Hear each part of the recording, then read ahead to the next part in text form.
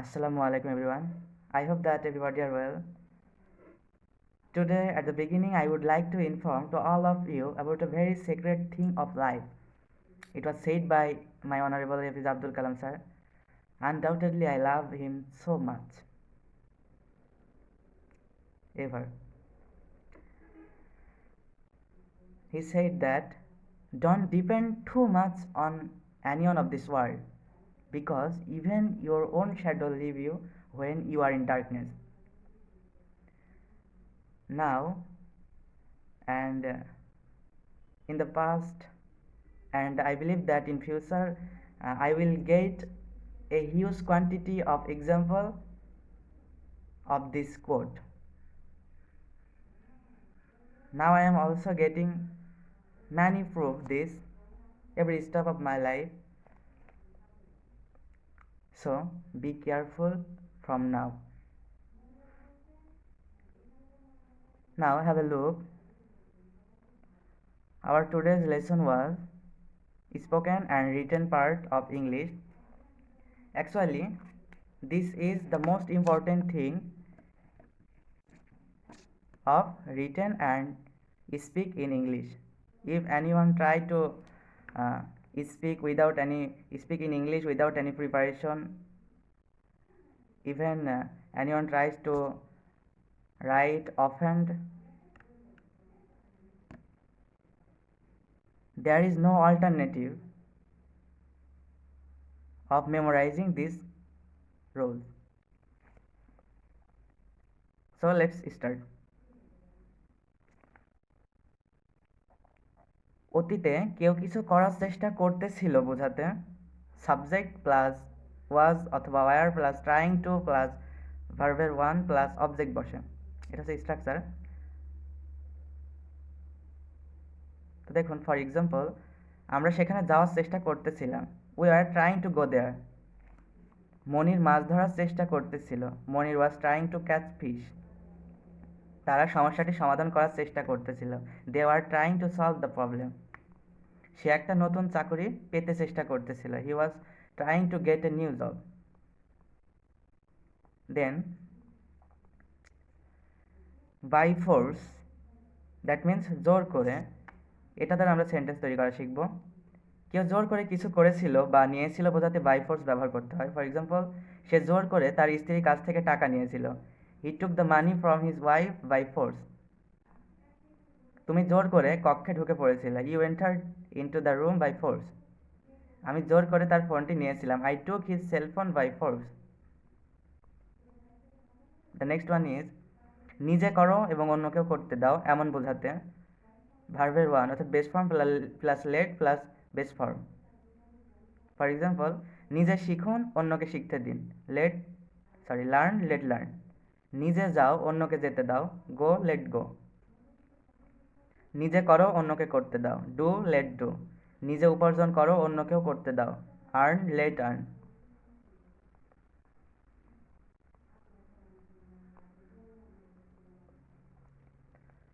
দেন স্ট্রাকচারটি হবে won't you plus any subject plus ভার্বের বেস ফর্ম প্লাস অবজেক্ট। ভবিষ্যতের সাথে সম্পৃক্ত না বোধক প্রশ্ন করতে ব্যবহার করা হয় এই স্ট্রাকচারটি দ্বারা তৈরি সেন্টেন্স। ফর এক্সাম্পল, তুমি কি স্কুলে যাবে না, won't you go to school. তুমি কি গান গাইবে না, won't you sing a song. তুমি কি আমাকে বলবে না, ওন্ট ইউ টেল মি। তোমার বাবা কি যাবে না, ওন্ট ইউর ফাদার গো। তারপর will you plus any subject plus ভার্বের বেস ফর্ম প্লাস অবজেক্ট। ভবিষ্যতের সাথে সম্পৃক্ত যে কোনো হাবোধক সেন্টেন্স এভাবে তৈরি করা হয় এই স্ট্রাকচারটি দ্বারা। যেমন এক্সাম্পল, তুমি কি আমাদের সাথে যাবে, will you come with us. তুমি কি ডিনার করবে, উইল ইউ টেক ডিনার। সে কি এই মুভিটা দেখবে, will he watch this movie. তুমি কি এই বইটি কিনবে, will you buy this book.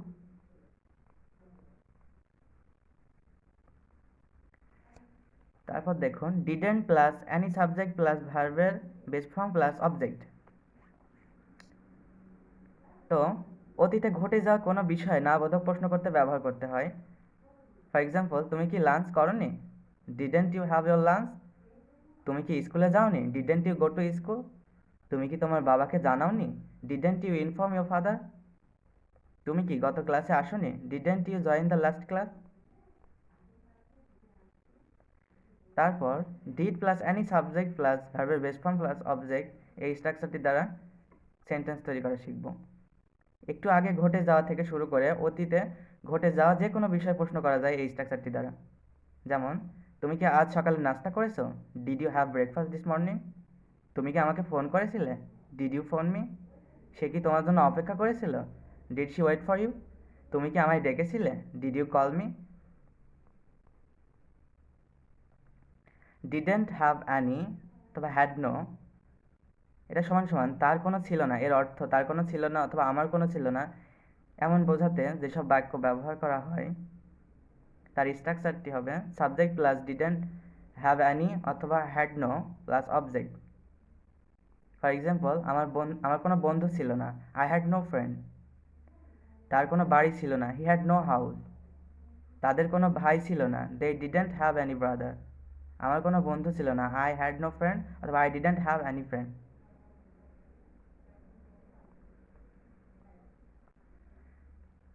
Have no plus object সমান সমান কোনো নেই অর্থে ব্যবহার করা হয়।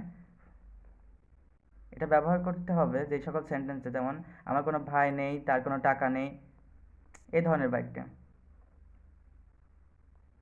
For example, I have no brother, he has no money, they have no house. তারপর আমাদের কোনো হোমওয়ার্ক নেই, ও হ্যাভ নো হোমওয়ার্ক।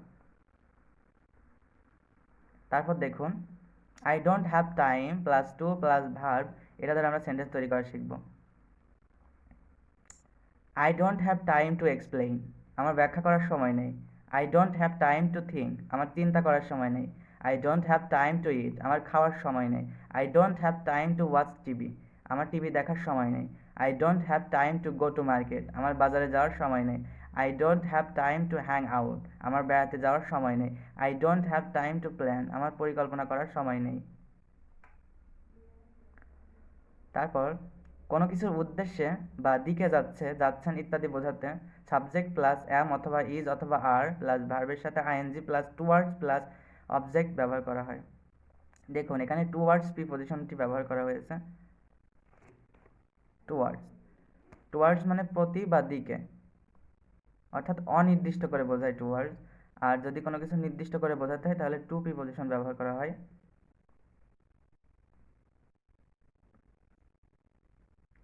যেমন ফর এক্সাম্পল, আমি মসজিদের দিকে যাচ্ছি, আমি কিন্তু ঠিক মসজিদে যাচ্ছি না, মসজিদের দিকে যাচ্ছি, তাই I am going towards মস্ক।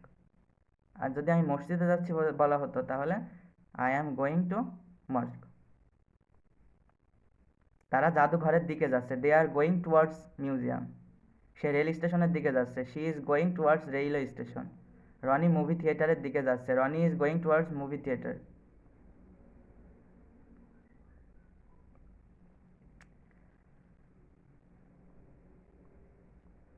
The next one is what on earth অথবা হোয়াই অন আর্থ, বিতৃষ্ণা প্রকাশ করতে ব্যবহার করা হয়। ফর এক্সাম্পল, কেন যে তুমি সেখানে যাওনি, why on earth didn't you go there. তারা যে কি খেলছে, what on earth are they playing. সে যে কি লিখছে, what on earth is she writing. তারা যে কোথায় যাচ্ছে, হোয়ার on earth are they going. তারপর দেখুন, কোনো কাজ করা লাভজনক বা ভালো বোঝাতে it's better plus to plus ভার্বের বেস ফর্ম প্লাস অবজেক্ট ব্যবহার করা হয়। ফর এক্সাম্পল, ধূমপান ছেড়ে দেওয়া ভালো, it's better to give up smoking. সকালে ঘুম থেকে ওঠা ভালো, it's better to get up early in the morning. নিয়মিত শাকসবজি খাওয়া ভালো, it's better to eat vegetable regularly. সবসময় পরিষ্কার পরিচ্ছন্ন থাকা ভালো, it's always better to stay clean and tidy. Are you sure দিয়ে, অর্থাৎ আপনি কি নিশ্চিত, আর ইউ শিওর, এটা দিয়ে এখন সেন্টেন্স তৈরি করা শিখব। আপনি কি নিশ্চিত যে সে আসবে না, are you sure he won't come. আপনি কি নিশ্চিত সে আপনি কি নিশ্চিত যে আপনি আমাদের সাথে যাচ্ছেন না, are you sure you are not going with us. আপনি কি নিশ্চিত যে তার নাম John, are you sure his name is John. আপনি কি নিশ্চিত যে সে আগামীকাল আসবে, are you sure he will come tomorrow. তারপর দেখুন, আমি কোথা থেকে পেতে পারি অথবা নিতে পারি ইত্যাদি বোঝাতে হোয়ার ক্যান আই প্লাস ভার্বের ওয়ান প্লাস অবজেক্ট ব্যবহার করা হয়। ফর এক্সাম্পল, আমি কোথা থেকে একটি মানচিত্র পেতে পারি, where can I get a map. আমি কোথায় একজন পুলিশকে খুঁজে পেতে পারি, where can I find a policeman. আমি কোথায় ইংরেজি শিখতে পারি, where can I learn English. Thanks for watching and stay with me. No more today. আল্লাহ হাফেজ।